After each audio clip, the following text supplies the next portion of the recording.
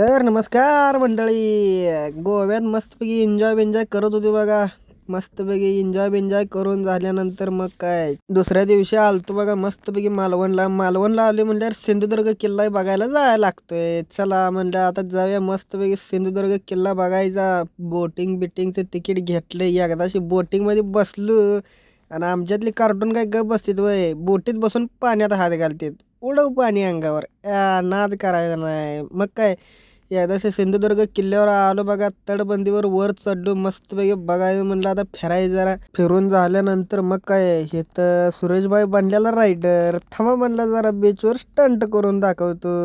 आणली गाडी गार गार गार गार गार गार फिरवत, कसं मारती एंट्री, नाद करते काय.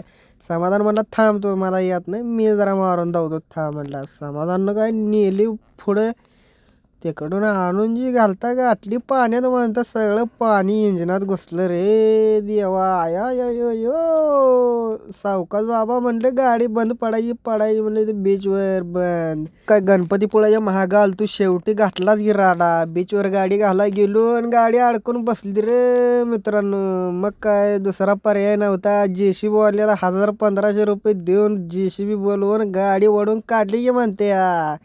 कसं आहे, नाद करते काय. बीचवर घाला गेलो आणि सगळाच लपडा, बीच बी गेला सगळंच गेलं. मग काय काढली गाडी बिडी बाहेर मस्त बिगे बघा.